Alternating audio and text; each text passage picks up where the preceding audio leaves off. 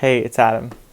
So today I was in the mood to film an orchid video and I thought I'd just bring it a little bit back to basics and do like a beginner's orchid video. So today I'm going to be talking about how to repot Phalaenopsis orchids. Phalaenopsis orchids are the orchid you probably think of when you think of orchids because they're just really common. The leaves look like this, and yeah, you probably also know what the blooms look like. They're super common and they're available in like grocery stores and basically anywhere where you can find plants, you'll find a Phalaenopsis orchid. I'm actually gonna close the blinds because the sun is really, really bright. Okay, that's better. The sun is nice. It's just not when it comes directly through the window onto my face. But yeah, you're going to want to repot your Phalaenopsis orchid or just any orchid in general when you get it home from the store, because usually it's in really tightly packed moss like this one. Like the moss is really compact and tight and the roots cannot breathe because orchid roots need to breathe. And if it's in bark, it's probably usually rotted down bark and just like really old media, and you want to get it in something fresh, something new, and just get rid of any rotten roots because generally when you get an orchid it has not the best, the roots are not in the best condition, so you want to get it in something a little bit better. I wouldn't put off repotting your orchid too long because usually the tightly packed moss or broken down bark is going to cause root rot in your orchid, and eventually the plant's going to die. So you definitely want to get it in something fresh and something new as soon as possible. But you usually also buy your orchid when it's in bloom, and you usually buy it to enjoy the blooms. So I would not actually repot your orchid while it's in bloom unless it's an emergency. Because what will happen is the blooms are going to, they already take so much energy from the plant, right? So when you stress out the plant, disturb it, like its roots and how it's growing, the flowers are just going to drop and fall off. Finally, when your orchid finishes blooming and the blooms drop, you're going to probably end up with an orchid that looks something like this. You should probably chop the old bloom spike and then it'll just be probably looking really similar to this. So now you could probably repot this orchid exactly how it is. I just didn't have time, so it has sat in this pot for a while, but I'm noticing that there's some new growth. So that's also a really good time to repot it as soon as you notice some new growth, because it's going to take the repotting a lot better because it's already in its like active growing cycle. So it's ready to recover from anything that could disturb it. So yeah, it'll take the repotting a lot better if it's in active growth. And you can also see it has a new leaf. So these are all really good times to repot your orchid. When you're looking for the new soil or new media to plant your orchid in, you're going to want to get some orchid bark. You could just go with any package that says orchid bark or orchid mix on it. I got this from my local nursery and it says coconut husk and sphagnum moss. So yeah, you usually plant orchids in bark or sphagnum moss or a mixture of both, but I found coconut husk. My local nursery gets a lot of coconut husk instead of bark, and it works really well. I have most of my orchids in coconut husk, so yeah, it works the same, but if you have orchid bark, that works the same too. So just get a package that says orchid mix on it, and that should be good to plant your orchid in. You also want to soak your mix ahead of time, probably overnight.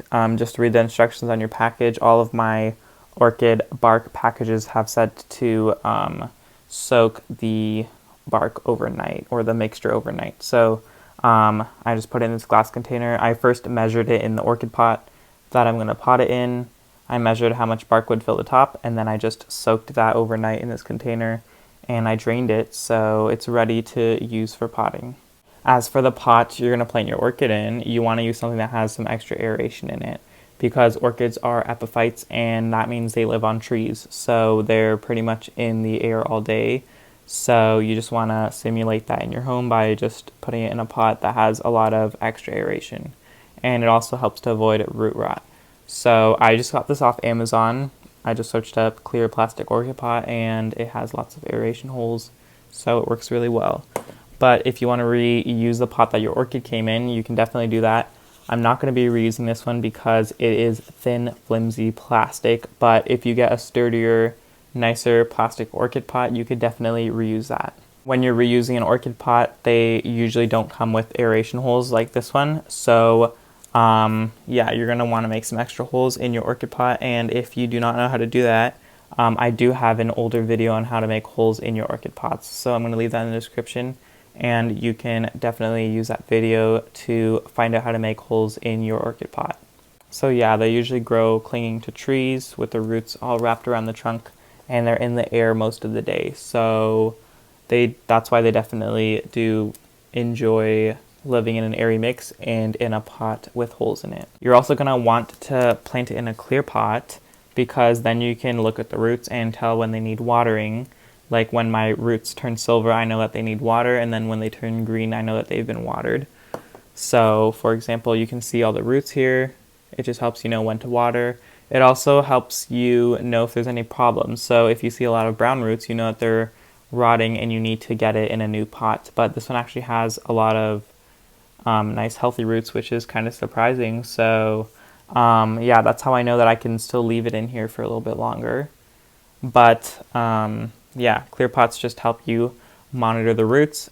They help you know when to water it, and also orchid roots can photosynthesize, so they can make energy just like leaves do for the plant. So if you have it in a clear pot, the sun can go through the pot and the roots can photosynthesize. So that's another unique thing about orchids. I'm going to get started on repotting the orchid. I'm just going to move my setup to my desk and just get started on removing the moss and potting it up. Okay, so we've now moved to my desk and I'm going to begin unpotting the orchid. I have this plastic grocery bag here and I just use those when I'm repotting because then I can just throw them away really easily. So yeah, you're going to want to make sure the media is also damp before beginning to unpot your orchid, because it just makes it a lot easier. When the moss is dry, it's definitely not going to come out, so you need to moisten the moss. And for bark, it should be fine. It'll just be a little bit more difficult. So you're going to squeeze your pot, just get the roots like detached from the pot, and also make sure you're holding your orchid by the base whenever you pull so that it doesn't break. So just squeeze and then you can start pulling the pot off. If it's a hard pot, you can probably just do that and it'll come out. And if it's a soft pot like this and you don't want to reuse it, you can just cut it with scissors. So mine came out really easily. Now I can begin removing the moss. You'll be surprised when you're finished unpotting your orchid how much moss is actually inside of the pot because of how compact it is.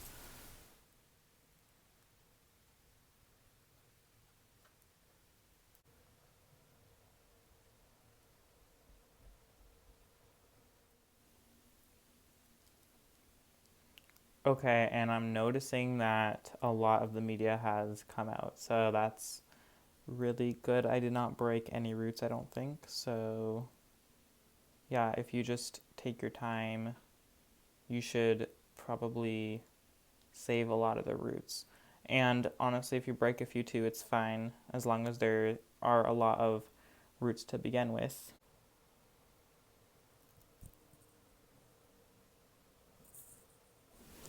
Okay, and once you get to something that looks kind of like this, where most of the media is removed and just a few bits of media remain on the roots, you're actually going to want to spray it down somehow. You can also dunk it in water and just remove the bits of media in the water, or you can just take it to your shower or sink or whatever and just spray it down. And yeah, it just helps remove all of the media. You don't really have to do this. I just like removing all of the media, all the old media, and then I like to repot it in something fresh. So I'm going to go spray this down and then I'll be back. I just finished spraying down my orchid, but before I bring it to the table, I'm going to get a new plastic bag. Just wanted to show how much moss actually was in the pot. So okay, now I just dirtied my fingers, but let me bring the phone down and show. All of this moss was in that little pot. I don't know if you can see, there's actually a lot of moss here, and it was all in this small pot. So yeah, it's usually really compact, and that's a reason why you want to get your orchid in some new media. Okay, so this is the orchid. Just finished spraying it down. I made sure not to get too much water all over the leaves because I don't want to rot the leaves. But yeah, now it's ready for me to prune the roots. So before just putting it in some new media and potting it, you want to take a look at your roots and then see which ones are rotting, because usually there's a few roots that are rotting. So if you see anything brown and mushy, that's most likely dead. But yeah, so at the end of this root is green and healthy and it's firm. But at the end I see that this is mushy and brown. So this is a rotten root. This is a healthy root. It's on the same root, and I'm just going to cut it wherever it's rotting, and that should be fine. The for sure way to tell is by pulling on the root, and you can see that just came off without much effort. This one just came off without much effort. But when I pull the green, it's not going to remove. So that's how I know that's a healthy root. So you'll notice that there's this string, and this is actually the orchid root. That string right there is actually the orchid root, and the outer coating is called the velamen, and that's what helps the root bring water to the plant. So I think there was another, yeah, there's another stringy root right here. This is a dead orchid root, and around it was the velamen that was soft and mushy, and when I pulled it just really came off. So that's how I know that that root is dead. So I'm going to chop all of those types of roots off, and if you have a lot of those on your orchid, then that's how you know that it's not in the best of shape. So I'm going to take these scissors and I'm going to sterilize them. You want to sterilize your orchid roots before, or sorry, your scissors before using them on the, using them to cut anything live, because you don't want to transfer any weird diseases between your plants. So I always just take rubbing alcohol and I sterilize the scissors before cutting anything. So yeah, after sterilizing your scissors with a little bit of rubbing alcohol, you can now use them to cut. So wherever I saw this mushy rotten root, I'm going to cut it where it's a little bit green, and then that should be good. There's more here. Just going to cut this like maybe right here, and just do that all around your plant until you got all the rot off. If you're noticing that there are barely any good roots and most of them are just rotten and nasty roots, you're going to want to not pot up your orchid. You're going to want to find another way to grow and sprout some roots before potting it up first. So I also have another video on that. It's an older video. I'm going to link it in the description. It's called How to Save Orchids with No Roots. So yeah, just give your orchid a chance to sprout some roots first before you pot it, and then it will definitely thrive. So I think I've gotten all of the mushy roots. All I'm left with are these healthy roots, and see how these look kind of not green, like they're like yellow. When I feel them, they are firm. So that is a live root, and I'm going to leave it on. Okay, I'm going to begin potting the orchid up. So I got my pot. I'm going to move the orchid out of the way for a little bit and just take my pre-moistened orchid media, which is coconut husk and some sphagnum moss. And I'm just going to first fill the bottom of the pot because the roots do need something to grow into. So just fill the bottom with a little bit, and that should be good.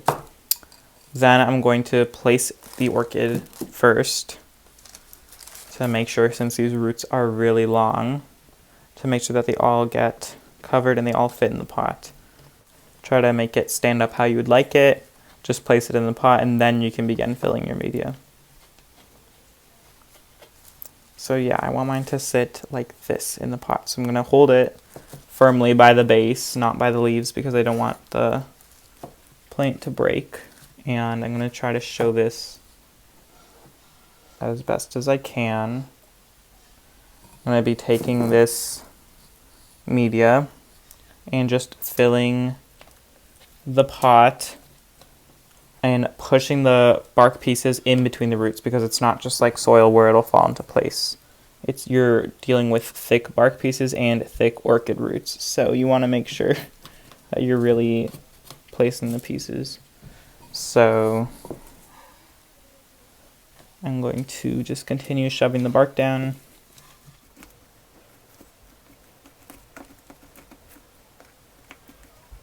Okay, and you're gonna find, to fill the air pockets, you're gonna find it's a lot easier when you just keep doing that, just tapping your pot and letting the bark pieces fall. Yeah, you're gonna find that really gets them in place, and then you can further like push them kind of down.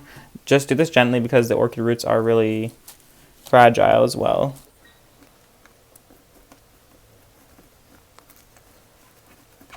And yeah, so once you're satisfied with how the orchid is in its pot and it's all finished and potted, you can now water it in.